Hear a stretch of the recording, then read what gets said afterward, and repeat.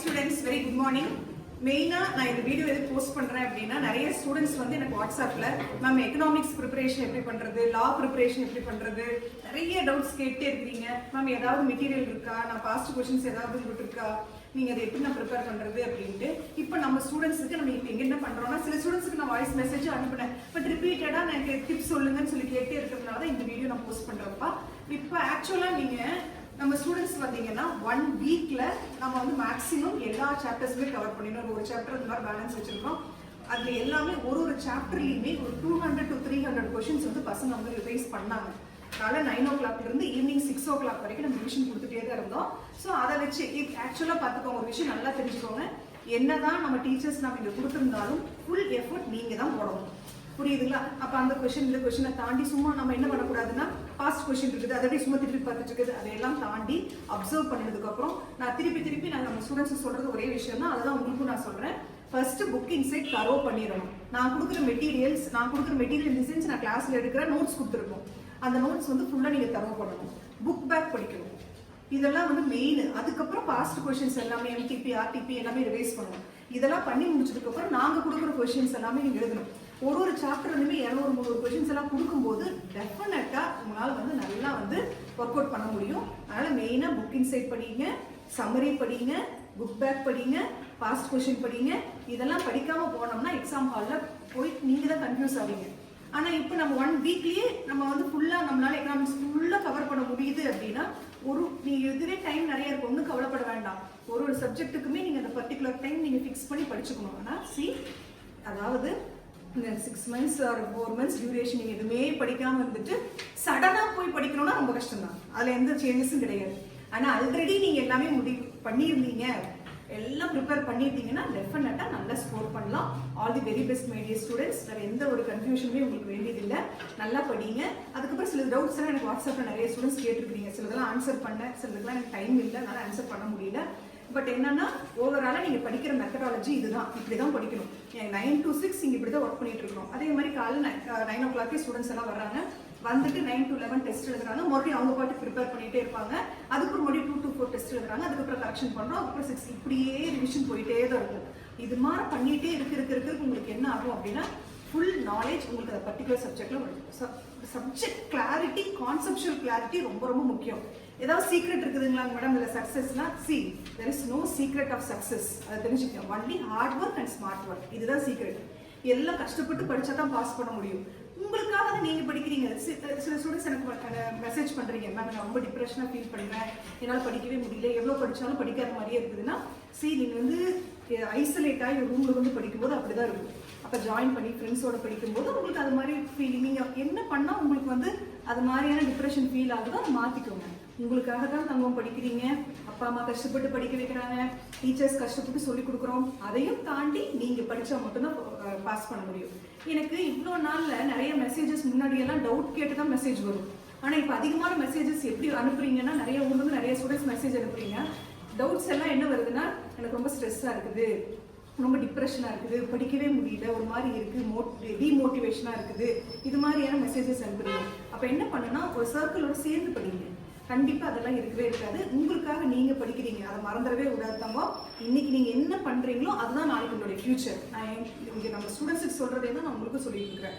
Motivate நீங்க தான் self motivate ஆயிக்கணும். புரியுதுங்களா? ஒரு டைமும் நம்ம வந்து இன்னொருத்தவங்க மோட்டிவேஷன் எக்ஸ்பெக்ட் பண்ணவே வேண்டாம்.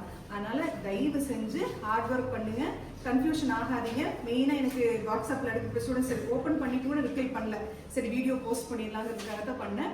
செல்ஃப் மோட்டிவேட்டட் ஆகிங்க. இன்னைக்கு நீங்க படுற கஷ்டம் தான், இன்னைக்கு நீங்க விதைக்கிற விதை தான் நாளைக்கு பெரிய ஆலமரமா ஆகும். நீங்க இன்னைக்கு எஃபோர்ட் போடுறதா ஒரு 4 வருஷம் நீங்க இருக்கிற ஃபியூச்சர். இன்னைக்கு ஜாலியா இருந்தீங்கன்னா டெஃபினட்டா கஷ்டப்பட்டு தான் ஆகணும். எஃபோர்ட் போடுங்க. நீங்க கஷ்டப்படுறோம் நினைக்கவே நினைக்காதீங்க. மேம் நான் அவ்வளவு நாள் படிக்கிறேன், இவ்வளவு நேரம் படிக்கிறேன். உங்களுக்காக தான் படிக்கிறீங்க. அந்த 1 மணி நேரம் மொபைல்ல நம்ம ஸ்க்ரோல் பண்ணும்போது அந்த என்ஜாய்மெண்ட் ஏன் புக் படிக்கும்போது வரக்கூடாது? திங்க் பண்ணி பாருங்க, அதை என்ஜாய் பண்ணி படிங்க. கஷ்டப்பட்டு படிச்சா கஷ்டம் தான், பட் ரொம்ப நாளா படிக்காம விட்டு படிக்கும்போது கொஞ்சம் கஷ்டமா தான் இருக்கும். ரெகுலரா பிராக்டிஸ் வச்சிருந்தீங்கன்னா உங்களுக்கே தெரியாம எக்ஸாம் ஹால்ல நீங்க கரெக்டா எழுதுவீங்க. பயப்படாதீங்க. இன்னைக்கு நான் காலைல எந்திரிச்சிருந்து ஒரு 4-5 மெசேஜஸ் பார்க்கும்போதே இன்னைக்கு போயிட்டு வீடியோ போஸ்ட் பண்ணிடுவோம்னு நினைச்சேன். இப்போ நீங்க ஒரு எக்ஸ்பீரியன்ஸ் ஷேர் பண்ணுங்க. இப்போ நான் முன்னாடி இருந்ததுக்கும் இப்போ ரிவிஷன் பண்ணீங்க இல்லையா, படிச்சதுக்கு அப்புறம் என்ன ஃபீல்? ரொம்ப ஹெல்ப்ஃபுல்லாக இருந்துச்சு. படிக்கிறதுக்கு ரொம்ப யூஸ்ஃபுல்லாக இருந்துச்சு. ப்ரீவியஸ் இயர் கொஷின்ஸ்லாம் எடுக்கணும்னா ரொம்ப கஷ்டம், கூகுளில் போய் தேடணும்.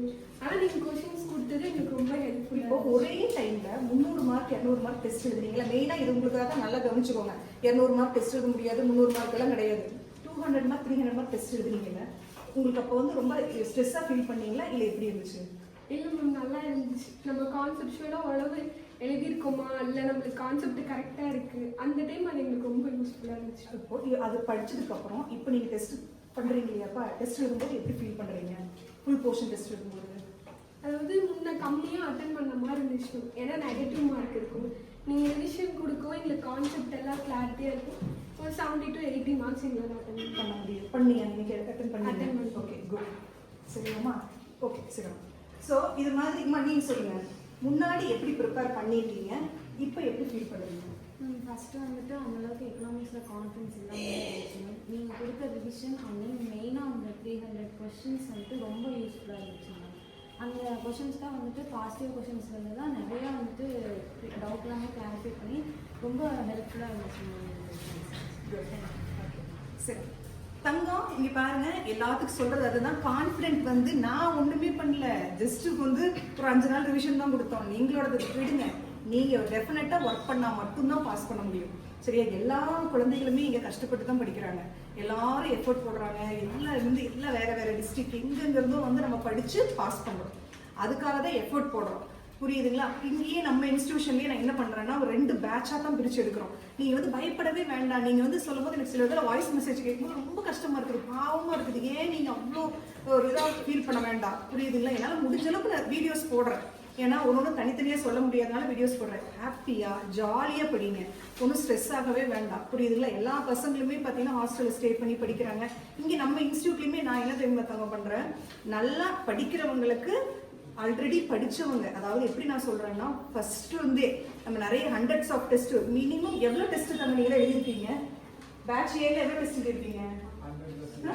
100க்கு மேலே தான் இருக்கும், கொஞ்சம் கொஞ்சம் இல்லை, 100க்கு மேலே, 200 டச் ஆகிருக்கும் பேட்ச் ஏலாம். நீங்கள்லாம் பார்த்தீங்கன்னா அந்தளவுக்கு நம்ம ஏப்ரல் பேட்ச் வந்து வரும்போதெல்லாம் 200 டெஸ்ட்டுக்கு மேலே அது ஸ்டூடெண்ட்ஸுக்கே நம்ம எல்லாமே பேரண்ட்ஸுக்கு எல்லாமே அசஸ்மெண்ட் டெஸ்ட் எல்லாமே அனுப்பணும். அதில் எல்லாம் ஃபில்டர் பண்ணி ஒரு 40% மேலே இருக்கிற ஸ்டூடெண்ட்ஸுக்கு டெய்லி டெஸ்ட்டு 200 கொஷின்ஸ் 300 கொஷின்ஸ் கொடுத்து பண்ணிட்டு இருக்கிறோம். ஓரளவுக்கு ரொம்ப டவுனாக இருக்கிறாங்க, 20%, 10% அந்த ரேஞ்சில் தான் இருக்கிறாங்க அப்படின்னா அவங்களுக்கு தனியாக இம்பார்ட்டன்ட் டாபிக்ஸ் எல்லாம் எடுத்து அவங்களுக்கு தனியாக ரிவிஷன் வச்சு சொல்லி கொடுத்துட்ருக்குறோம். அதனால எல்லாமே அப்படி தான் இருக்கும், எல்லாமே அப்ஸ் அண்ட் டவுன்ஸ் இருக்கும். கவலைப்படாதீங்க, எக்கனாமிக்ஸ் ஃபஸ்ட்டு படிங்க, நல்லா தெரிஞ்சுக்கோங்க. It is a scoring subject economics. நீங்கள் நல்லா அனலைஸ் பண்ணி பார்த்தீங்கன்னா பாஸ் பண்ணவங்க நிறையா அதில் வந்து எக்கனாமிக்ஸ்னால தான் மார்க்ஸ் வந்து ஸ்கோர் பண்ணியிருப்பாங்க. அதுக்காக மற்ற சப்ஜெக்ட் விட முடியாது. பட் என்னென்னா ஈஸியாக ஸ்கோர் பண்ணலாம். 1 வீக் டைம் எடுத்துக்கோங்க, ஹார்ட் ஒர்க் பண்ணுங்க. அதுக்கப்புறம் லா வந்து சூப்பராக இருக்கும், அதெல்லாம் உங்களுக்கு சொல்லவே வேண்டாம். அதுவும் எப்படி படிக்கணுமோ அந்த ஸ்ட்ராட்டஜி ஃபாலோ பண்ணி படிங்க. அதே மாதிரி அக்கௌண்ட்ஸ் ஆகட்டும், மேக்ஸ் ஆகட்டும், பிளான் பண்ணி படிச்சிங்கன்னா கிராக் பண்ணிட்டு போயிட்டே இருக்கலாம். ஃபஸ்ட்டு ஃபெய்த் இன் காட் இருக்கணும், பேரண்ட்ஸ் மேலே ஒரு எப்படி ஒரு ரெஸ்பெக்ட் இருக்கணும், நம்ம பண்ண முடியும், நம்மளுக்காக அப்பா அம்மா இது பண்ணுறாங்க, திருப்பி நம்ம ஏதாவது பண்ணணும்னு இருக்கணும். செகண்ட், உங்கள் மேலே உங்களுக்கு நம்பிக்கை இருக்கணும். கஷ்டப்படுறோன்னு என்னைக்கு நினைக்கிறோமோ அன்னைக்கு நம்ம ஜெயிக்கவே முடியாது. ஹார்ட் ஒர்க் பண்ணுங்க, ஆல் தி வெரி பெஸ்ட். எல்லாரும் கஷ்டப்பட்டுட்டு தான் இருக்கோம். நீங்கள் நினைக்க வேண்டாம் நான் மட்டும் ஏன் கஷ்டப்படுறேன், இந்த ஃபீல் இருக்கவே கூடாது. ஒரு ஸ்டூடெண்ட் அவ்வளோ ஃபீல் பண்ணும்போது எனக்கு ரொம்ப கஷ்டமாக இருந்துச்சு. அந்த வாய்ஸ் மெசேஜுக்கு ரிப்ளை கொடுக்காம டேரெக்டாக நான் கிளாஸ் முன்னாடியே வந்து நான் சொல்லிட்டு இருக்கிறேன். எல்லாரும் கஷ்டப்பட்டுட்டு தான் இருக்கிறாங்க. காலையில் 5 மணிக்கு நம்ம ஸ்டடிக்கு எந்திரிச்சிடுறாங்க, சில ஸ்டூடெண்ட்ஸ் 4 மணிக்கு எந்திரிக்கிறாங்க, நைட்டு வந்து 10 மணி வரைக்கும் ஸ்டடி இருக்குது. அதுக்கப்புறமே சில பேர் 11 மணி 11:30 மணி வரைக்கும் படிக்கிறாங்க. எல்லா எஃபர்ட்டும் சேர்ந்து தான் நம்மளுக்கு ரிசல்ட், மறந்துடாதீங்க. அப்போ நீங்கள் பண்ண தப்பை பாருங்க. ஒருவேளை நீங்கள் முன்னாடியே படிக்காதனால எவ்வளோ லேட் ஆகுதா, இல்லை படிச்சும் கம்மியாக போகுதா, என்ன ஸ்ட்ராட்டஜி நீங்கள் ஃபாலோ பண்ணணுங்கிறத நீங்கள் அனலைஸ் பண்ணுங்க. டெஃபினட்டாக நீங்கள் மெசேஜ் பண்ணுங்க, எப்போ நான் பார்த்தாலும் உங்களுக்கு நான் ரிப்ளை முடிஞ்ச அளவுக்கு நான் கொடுத்துறேன் தங்கோ. ஃபஸ்ட்டு டிமோட்டிவேட் ஆகாதீங்க, ஹாப்பியாக படிங்க. நான் உங்களுக்கு எல்லாமே உங்களுக்கு இந்த கொஷின்ஸ் எல்லாமே நான் ஷேர் பண்ணுறேன். நான் எங்கள் டெஸ்ட் வச்ச கொஷின்ஸ் நான் ஷேர் பண்ணுறேன். பட் என்னதான் ஷேர் பண்ணாலும் அதனால பாஸ் ஆக முடியாது. நீங்கள் தனியாக படித்து அதை எழுதி பார்த்துருக்கணும், அப்போ தான் கிளியர் பண்ண முடியும். ஆல் தி வெரி பெஸ்ட் தங்கம். இப்போ எதுவுமே நினைக்க வேண்டாம், ரொம்ப ஷார்ட் டியூரேஷன் எக்ஸாம்ஸ்க்கு இருக்குது. படிக்கிற வேலையை மட்டும் பாருங்கள். நிறைய யூடியூப்ல நிறைய வீடியோஸ் இதே தான், அதை தான் நான் உங்களுக்கு அன்றைக்கே சொன்னேன். அந்த வீடியோ பார்க்குறது, அந்த கிளாஸ் வீடியோ பார்க்குறது, இந்த கிளாஸ் வீடியோ பார்க்குறது, அந்த டைமை வேஸ்ட் பண்ணாதீங்க. உங்கள் புக்கை படிங்க. புரியுதுங்களா? ஸ்கிரீன் டைமிங் அதிகமாக உங்க மூளையில இருக்கிற வளர்ச்சியே கம்மியாயிட்டு தான் இருக்கும். கண்ணு பிரச்சனை வரும், தலை வலிக்கும், சரிங்களா? கண்ணு, காது, அதே மாதிரி நம்மளுடைய மூளை எல்லாமே அட் அ டைம்ல புக்ல தான் வேலை செய்யும். நான் ஸ்டூடெண்ட்ஸுக்கே வந்து பாத்தீங்கன்னா பிடிஎஃப் அனுப்புறது இல்லை, பிரிண்ட் அவுட் எடுத்து கொடுத்து படிக்க வச்சுட்டு இருக்கிறேன். தயவு செஞ்சு நிறைய வீடியோஸ் பார்க்காதீங்க. லட்சக்கணக்கான வீடியோஸ் இருக்கத்தான் செய்யும். நான் போட்டிருப்பேன், எக்கச்சக்கமான பேர் போட்டிருப்பாங்க. அதையெல்லாம் தாண்டி கான்செப்ட் அப்சர்வ் பண்ணி நீங்க ப்ரொடியூஸ் பண்ணுங்க, புக்கு படிங்க, கொஸ்டின் பேப்பர்ஸ் எழுதி நிறைய ஆன்சர்ஸ் பார்த்துட்டு கரெக்ஷன் பண்ணுங்க. அதுக்கப்புறம் மறுபடியும் ஆன்சர் எல்லாம் ரீகால் பண்ணுங்க. டெஃபினட்டா பாஸ் ஆகலாம். All the very best. Thank you.